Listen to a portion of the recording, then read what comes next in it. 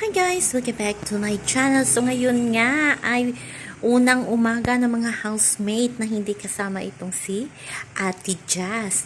At ito nga tahimik ang bahay ni Kuya. Maaliwaswas ang mukha ng ating Fiang. Maagang maaga.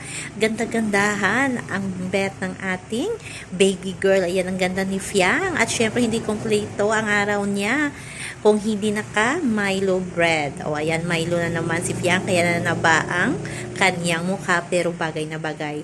Anyway, nomination night ngayon, kaya medyo tahimik ang mga housemate kasi nagre-ready na kung sino na naman ang magiging nominado nila. So abangan natin yan mamaya, sino-sino kaya. So expected na yan, di ba? Nag-expect na tayo na si Fiang ay nominado na naman dyan. Malay natin, pero dalawang nomination na hindi si Fiang nominado. So abangan na lang natin kung sino-sino mamaya ang nominado kasi 8 na lang sila eh. So expect na lang natin walang kaibig-kaibigan na dyan. Magkakalaban silang lahat. So yan lang po guys ang ating update. Sa ngayon hanggang sa uli. Bye-bye!